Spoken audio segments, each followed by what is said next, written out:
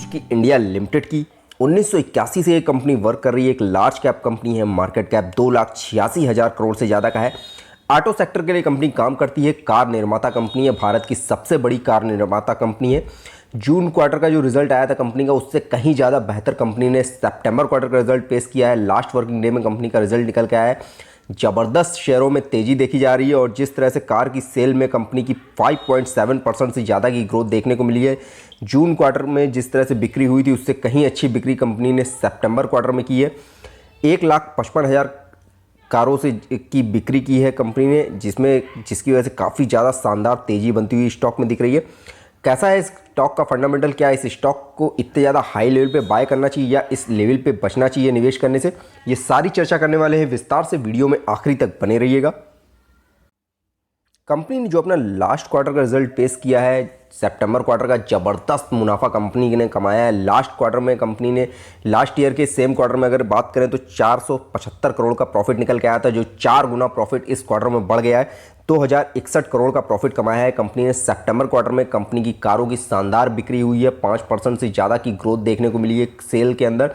और जिस तरह से कंपनी की पेंडिंग सेल्स देखने को मिल रही है, यानी कंपनी जिस तरह से प्री ऑर्डर बुकिंग मिल रही है और कंपनी की जो बुकिंग वैल्यू है वो काफ़ी ज़्यादा है। मार्केट में डिमांड इनकी कारों की बहुत ज़्यादा बनी हुई है, जिसकी वजह से कंपनी के शेयर प्राइस में भी ज़बरदस्त तेज़ी देखने को मिल रही है और कंपनी का मुनाफा लगातार आपको बढ़ता हुआ दिख रहा है। जिस तरह से सितंबर क्वार्टर में कंपनी का इतना शानदार मुनाफा देखने को मिला है, अब इससे उम्मीदें कहीं ज़्यादा बढ़ गई हैं कि कंपनी का जो फाइनेंशियल ईयर 22-23 का रिजल्ट आएगा वो ज़बरदस्त रिजल्ट आपको देखने को मिल सकता है, जिसकी वजह से स्टॉक प्राइस में और अच्छी तेज़ी आती हुई दिख सकती है। कंपनी की जो नेट सेल देखने को मिली है जून और सितंबर क्वार्टर में काफ़ी ज़्यादा अच्छी देखने को मिली है। 36% से ज़्यादा की सेल्स में ग्रोथ देखने को मिली है। कंपनी की जिस तरह से कंपनी ने इंडिया में कारों की सेल की है, 4,54,000 कारों की सेल देखने को मिली है इस क्वार्टर में। वहीं जो एक्सपोर्ट कारें की गई हैं वो 63,195 यूनिट्स को एक्सपोर्ट भी किया गया है। सेल में ज़बरदस्त उछाल देखने को मिल रहा है कंपनी की। कंपनी में लगातार ऑर्डर्स मिल रहे हैं कारों के और कंपनी के पास पाइपलाइन में काफ़ी ज़्यादा कंपनी कारों के ऑर्डर हैं। इस समय कंपनी के पास 4,12,000 से ज़्यादा की यूनिट्स के ऑर्डर ऑलरेडी पेंडिंग पड़े हुए हैं, जिसमें से 1,30,000 व्हीकल्स की प्री बुकिंग कस्टमर्स ने की हुई है। जो इनके रिसेंटली लॉन्च व्हीकल हैं, जो कंपनी ने नई कारों को लॉन्च किया है, उनकी भी डिमांड कहीं ज़्यादा है, जिसकी प्री बुकिंग कंपनी ने के कस्टमर्स ने पहले से कर रखी है, जिसकी वजह से काफ़ी अच्छा सुधार देखने को मिल रहा है कंपनी के शेयरों में और ज़बरदस्त तेज़ी देखने को मिल रही है, जिससे कंपनी का प्रॉफिट लगातार बढ़ता हुआ दिख रहा है और जिसमें कंपनी को जिस तरह से ग्रोथ देखने को मिल रही है, इसके स्टॉक प्राइस में आने वाले दिनों में और तेज़ी आपको देखने को मिल सकती है। कंपनी का फिलहाल इस समय पी रेशियो जो देखने को मिल रहा है 70.41 है। पीवी रेशियो उसका 4.94 है। सेक्टर डिविडेंड की अगर बात करें 0.61 निकल के आता है। कंपनी का डिविडेंड 0.66% निकल के देखने को मिलता है। सेक्टर पी की बात करें 141.36 है। सेक्टर पीवी 5.81 है। हालांकि ओवरऑल अगर कंपनी का फंडामेंटल देखेंगे तो काफ़ी ज़्यादा स्ट्रॉन्ग फंडामेंटल की कंपनी है ये। कंपनी के अंदर इस समय 45 एनालिसिस द्वारा बाय कॉल देखने को मिल रहा है, यानी खरीदारी करने की सलाह दी जा रही है, जिसके अंदर सबसे ज़्यादा इस समय प्रेजेंट में स्ट्रॉन्ग बाय कॉल निकल के आ रही है। कंपनी के अंदर जो टारगेट्स दिए जा रहे हैं काफ़ी ज़्यादा हाई हैं इस समय। जो इसका हाई टारगेट है 12,000 रुपये का है। मीडियम टारगेट इसका 9,632 रुपये का है। ऑलरेडी ये स्टॉक लास्ट वर्किंग डे में ही 9,492 रुपये पे पहुंच चुका था। काफ़ी अच्छी तेज़ी देखने को मिली थी रिजल्ट आने के बाद।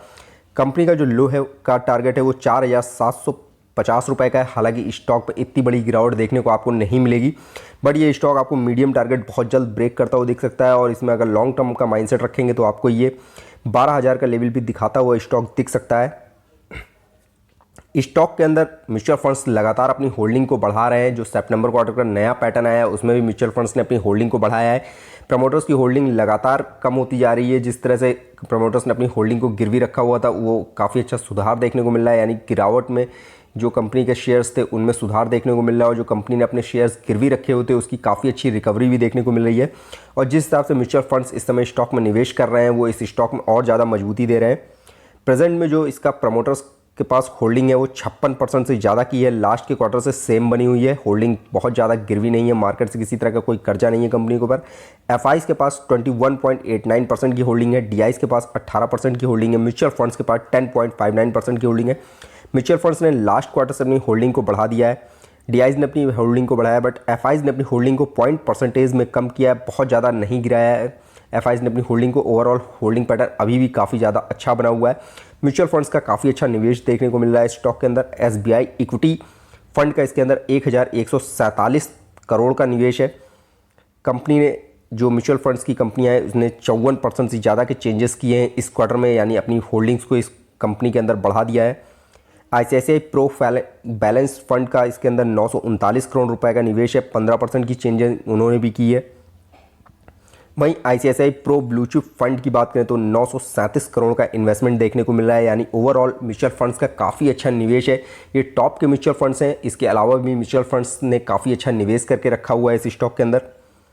फिलहाल ये स्टॉक आपको 9,492 रुपये के पे देखने को मिल रहा है। काफ़ी अच्छी तेज़ी इसमें स्टॉक में देखने को मिल रही थी। लास्ट वर्किंग डे में काफ़ी अच्छा सुधार देखने को मिला था इसके क्वार्टरली रिजल्ट में, जिसकी वजह से इसके स्टॉक प्राइस में भी काफ़ी अच्छी तेज़ी देखने को मिली थी। अगर इसके 1 ईयर के रिजल्ट की बात करें तो 28% से ज़्यादा का रिटर्न दिया हुआ है इस स्टॉक ने, यानी जो बॉन्ड वीक का लो बना हुआ था 6,536 रुपये का है और जो बॉन्ड वीक का हाई है 9,549 रुपये का है। स्टॉक अपने हाई के आसपास ट्रेड कर रहा है और डेफिनेटली ये स्टॉक आपको नया हाई बनाता हुआ दिख सकता है। कंपनी के अगर फाइनेंशियल ट्रेंड को देखेंगे तो काफ़ी अच्छा सुधार देखने को मिलता है। उसके अंदर कंपनी का जो प्रॉफिट है वो भी बढ़ रहा है और नेट रेवेन्यू भी बढ़ रहा है। कंपनी का जो लास्ट ईयर का रिजल्ट आया था फाइनेंशियल ईयर 21-22 का, उसमें रेवेन्यू कंपनी ने 90,000 करोड़ से ज़्यादा का कमाया था। नेट प्रॉफिट कंपनी का 3,088 लाख से ज़्यादा का निकल के आया था। हालांकि लास्ट के क्वार्टर से कंपेयर करेंगे तो प्रॉफिट में थोड़ी सी गिरावट देखने को मिली थी, बट रेवेन्यू में काफ़ी अच्छी ग्रोथ देखने को मिली थी। और जिस तरह से सितंबर क्वार्टर का रिजल्ट कंपनी ने पेश किया है, कंपनी का नेट प्रॉफिट बढ़ा है, जिससे फाइनेंशियल ईयर 23 का जो रिजल्ट आएगा उसमें आपको नेट प्रॉफिट में काफ़ी अच्छा सुधार देखने को मिल सकता है। कंपनी के करंट प्राइस वैल्यू को अगर देखेंगे तो आपको मार्केट प्राइस वैल्यूएशन के हिसाब से थोड़ा सा हाई जाता हुआ दिख रहा है, तो थोड़ा बहुत करेक्शन इसमें आता हुआ आपको दिख सकता है, बट बहुत ज़्यादा करेक्शन नहीं आएगा। लॉन्ग टर्म के माइंडसेट के साथ इस स्टॉक में निवेश कर सकते हैं। कंपनी के अगर रिटर्न को FD से कंपेयर करेंगे तो काफ़ी अच्छा रिटर्न ऑफ इक्विटी कंपनी का देखने को मिल रहा है, यानी FD से बेहतर रिजल्ट ये कंपनी निकाल के दे रही है। कंपनी के अब तक के रिटर्न देखेंगे तो एक दिन में इस स्टॉक ने 4.98% का रिटर्न दिया है। एक महीने में इस स्टॉक ने 8.78% का रिटर्न दिया है। वहीं 3 महीने में 8.85% का रिटर्न है। एक साल में 28% से ज़्यादा का रिटर्न है। 3 साल में 27% से ज़्यादा का रिटर्न है। 5 साल में 16% से ज़्यादा का रिटर्न है। यानी ओवरऑल इस स्टॉक के अंदर आपको लॉस देखने को नहीं मिलेगा। अगर आप FD में निवेश करते हैं, FD से कहीं अच्छा रिटर्न ये स्टॉक निकाल के देता है और कंपनी डिविडेंड भी साल में अच्छा प्रोवाइड करती हुई दिखती है। कंपनी के डिविडेंड रिटर्न को देखेंगे तो बहुत ज़्यादा अट्रैक्टिव डिविडेंड तो नहीं देखने को मिलता है, क्योंकि स्टॉक प्राइस काफ़ी ज़्यादा हाई है। उस हिसाब से कंपनी का जो डिविडेंड है वो बहुत ज़्यादा शानदार देखने को नहीं मिलता है, बट कंपनी डिविडेंड प्रोवाइड करती है। कंपनी के अंदर इस समय एंट्री पॉइंट पर ग्रीन सिग्नल है, यानी इस स्टॉक में इस लेवल पर निवेश किया जा सकता है। बट अगर लॉन्ग टर्म का माइंडसेट है तो इस निवेश को आप इस लेवल पे कर सकते हैं। अगर शॉर्ट टर्म का माइंडसेट है तो थोड़ा गिरावट का वेट कर सकते हैं। ये स्टॉक अभी आपको थोड़ा बहुत करेक्शन में देखने को मिल सकता है। डिविडेंड की बात करें तो कंपनी ने जो लास्ट डिविडेंड प्रोवाइड किया हुआ है 3/8/2022 को 60 रुपये पर शेयर का डिविडेंड फाइनल डिविडेंड दिया हुआ था।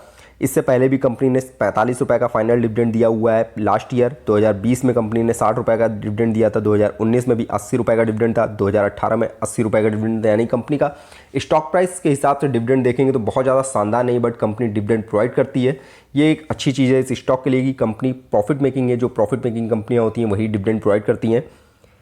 स्टॉक के अगर पीरियड लेवल की बात करें तो जिस तरह से इसके टारगेट्स निकल के आ रहे थे, अगर इसका 9,366 रुपये का टारगेट देखेंगे तो ये ऑलरेडी ब्रेक हो चुका है और अब आपको नए टारगेट्स आते हुए दिखेंगे। फिलहाल जो गिरावट के टारगेट है, इसका जो लास्ट टारगेट दिया गया है गिरावट का 8,926 रुपये का दिया गया है। अगर इस लेवल पे ये स्टॉक आता है तो आपको इससे भी ज़्यादा नीचे की गिरावट देखने को मिल सकती है। हालांकि अभी जिस हिसाब से पॉजिटिव मूवमेंट बना हुआ है इस स्टॉक का, अच्छी न्यूज़ आई है निकल के, तो स्टॉक में आपको तेज़ी देखने को मिल सकती है।